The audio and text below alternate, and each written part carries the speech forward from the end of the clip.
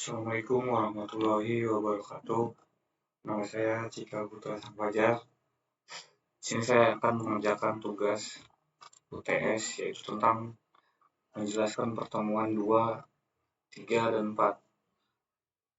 Untuk pertemuan 2, pengenalan software SDLC dan tahapannya.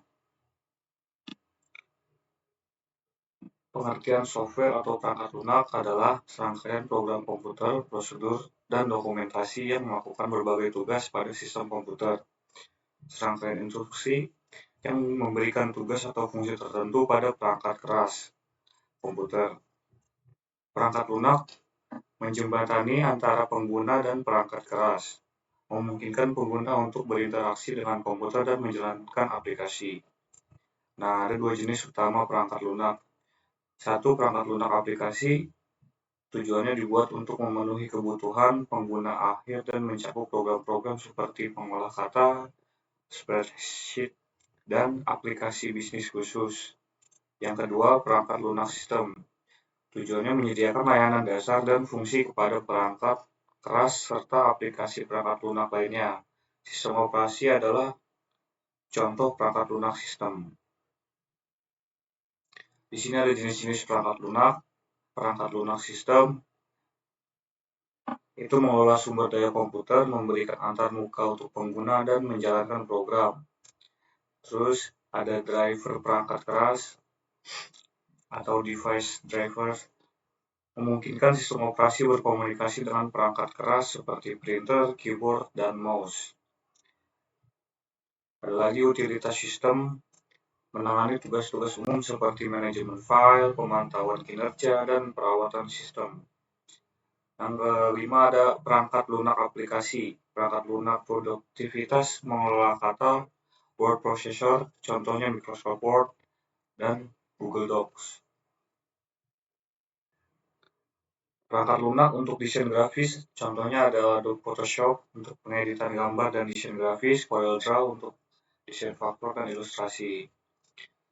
Ada juga perangkat lunak keamanan seperti antivirus, firewall, Windows, zone alarm, dan lain-lain.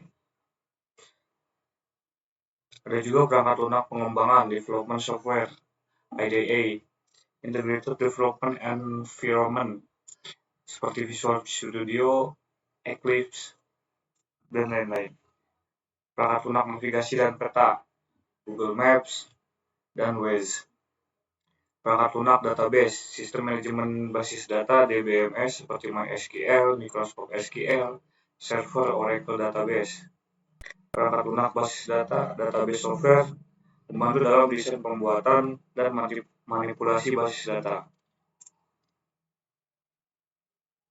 Perangkat lunak hiburan seperti Media Player, Windows Media Player, VLC, permainan games, dan lain-lain. Perangkat lunak jaringan seperti web browser, Mozilla Firefox, Microsoft Edge, aplikasi email, aplikasi chat, dan lain-lain. Perangkat lunak sistem cerdas atau asisten seperti Siri, Google Assistant, dan Alexa. Jenis-jenis perangkat lunak.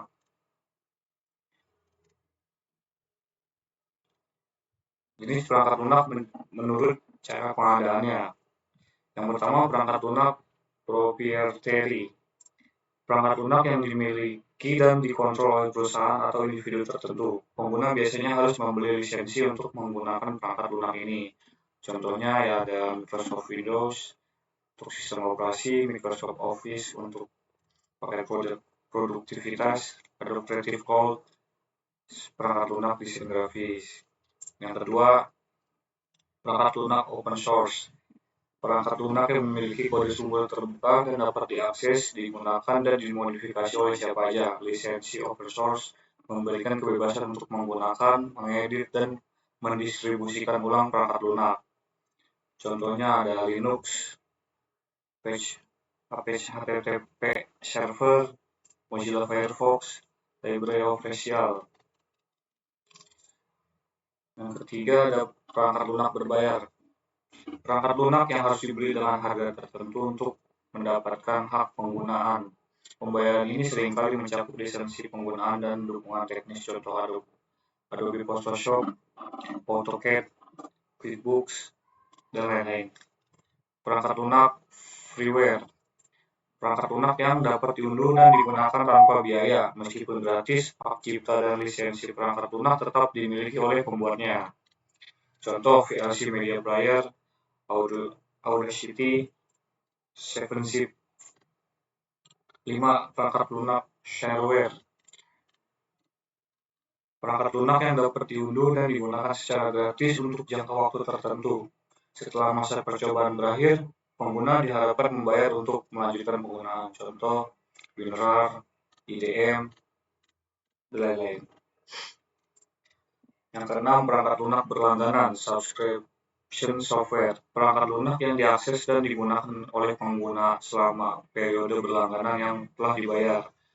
Model bisnis ini semakin umum terutama untuk layanan cloud dan aplikasi berbasis web.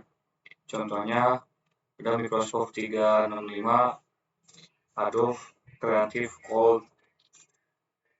Yang ketujuh, perangkat lunak abandonware. Perangkat lunak yang telah dihentikan pengembangannya dan pemiliknya tidak lagi menyediakan dukungan atau pembaruan. Meskipun demikian, beberapa orang mungkin masih menggunakan atau mendistribusikan versi lama perangkat lunak ini. Catatan pentingnya, perangkat lunak yang telah dihentikan pengembangannya dan pemiliknya tidak lagi menyediakan dukungan atau pembaruan. Meskipun demikian, beberapa orang mungkin masih menggunakan atau mendistribusikan versi perangkat lunak ini. Pemilihan jenis perangkat lunak seringkali tergantung pada kebutuhan, anggaran, dan preferensi pengguna. Memastikan legalitas penggunaan perangkat lunak sangat penting untuk menghindari pelanggaran hak cipta. Sini ada Software Development Life Cycle, atau kita singkat SDLC. SDLC adalah proses yang digunakan untuk merancang, mengembangkan, dan menguji perangkat lunak. Setiap tahapan dalam SDLC memiliki tujuan dan aktivitas yang berbeda dalam bentuk dasar untuk pendekatan pengembangan perangkat lunak secara menyeluruh. Tahapan dapat dibagi menjadi beberapa fase. Yang pertama ada perencanaan atau planning, identifikasi kebutuhan, perencanaan sumber daya, dan perencanaan jadwal. Pengembang dan pemangku kepentingan bersama-sama mendefinisikan proyek. Yang kedua, analisis, mengumpulkan kebutuhan dari penggunaan dan mendokumentasikannya. Analisis kebutuhan membuat dokumen analisis kebutuhan yang menjadi panduan dalam seluruh siklus pengembangan. Yang ketiga, desain, membuat rancangan perangkat lunak berdasarkan kebutuhan dan analisis. Ini mencakup desain arsitektur, desain detail, dan desain antarmuka pengguna. Yang keempat, implementasi, menulis kode berdasarkan desain yang telah dibuat. Proses ini juga mencakup pengujian unit, di mana setiap bagian kode diuji secara terpisah. Perangkat lunak dan dokumentasi yang tepat sangat penting untuk keberhasilan proyek. Yang kelima, pengujian, mengidentifikasi dan memperbaiki bug, serta memastikan bahwa perangkat lunak berfungsi dengan spesifikasi. Pengujian dapat mencakup penggunaan unit, integritas, dan sistem. Yang keenam, implementasi, membawa perangkat lunak dalam lingkungan produksi dan membuatnya tersedia untuk pengguna akhir. Yang ketujuh, pemelihara, mengevakuasi dan memperbaiki kesalahan atau perubahan yang diperlukan setelah perangkat lunak diterapkan. Ini biasanya melibatkan pemeliharaan preventif atau perbaikan bug. Nah, di sini iterasi dan siklus hidup rekayasa lunak. SDLC dapat linear atau waterfall atau iteratif, misalnya metode Agile.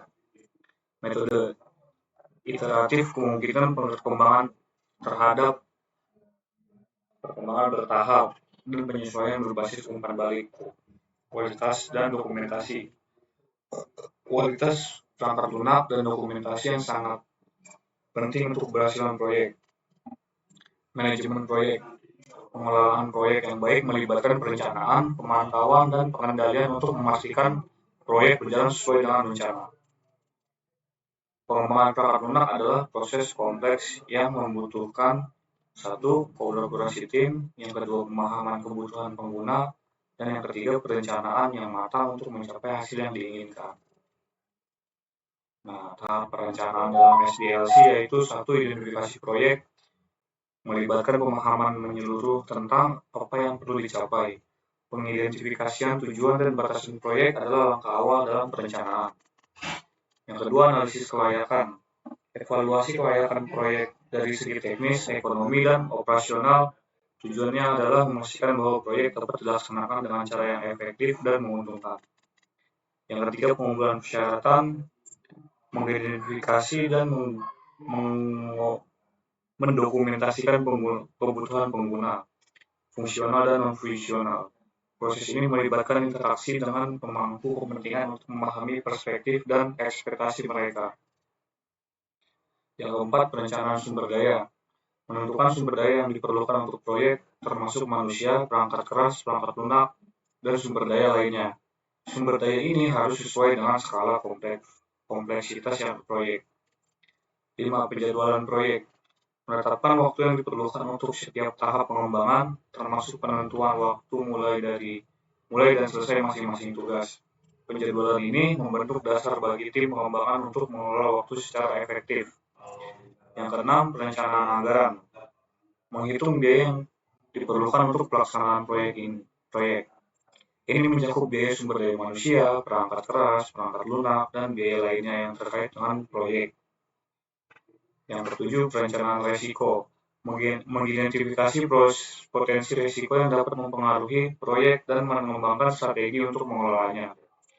Hal ini mencakup identifikasi, analisis, dan perencanaan respon terhadap risiko-risiko yang timbul. Yang kedelapan, perencanaan pengendalian perubahan. Menetapkan proses dan prosedur untuk mengendalikan perubahan yang mungkin terjadi selama siklus pengembangan. Ini termasuk evaluasi, persetujuan, dan dokumentasi perubahan. Dokumentasi rencana menyusun dan mendokumentasikan rencana perencanaan, termasuk tujuan, jadwal, anggaran, risiko, dan prosedur pengendalian perubahan. Dokumen ini menjadi panduan untuk seluruh tim proyek. Tahap perencanaan yang sangat penting dalam menciptakan fondasi yang solid untuk proyek pengembangan perangkat lunak, membantu menghindari masalah di kemudian hari dan memastikan keberhasilan seluruh proyek. Manfaat tahap perencanaan dalam SDLC. Yang pertama, memastikan pemahaman yang jelas tentang tujuan dan persyaratan proyek. Yang kedua, mengidentifikasi dan mengelola risiko yang secara proaktif. Yang ketiga, membantu dalam alokasi sumber daya yang efisien. Yang keempat, menentukan jadwal proyek yang realistis. Yang kelima, memberikan dasar bagi pengendalian perubahan selama siklus pengembangan. Tahap perencanaan yang sangat penting karena menciptakan fondasi yang solid untuk proyek pengembangan perangkat lunak, membantu menghindari masalah di kemudian hari, dan memastikan keberhasilan keseluruhan proyek. Terima kasih. Wassalamualaikum warahmatullahi wabarakatuh.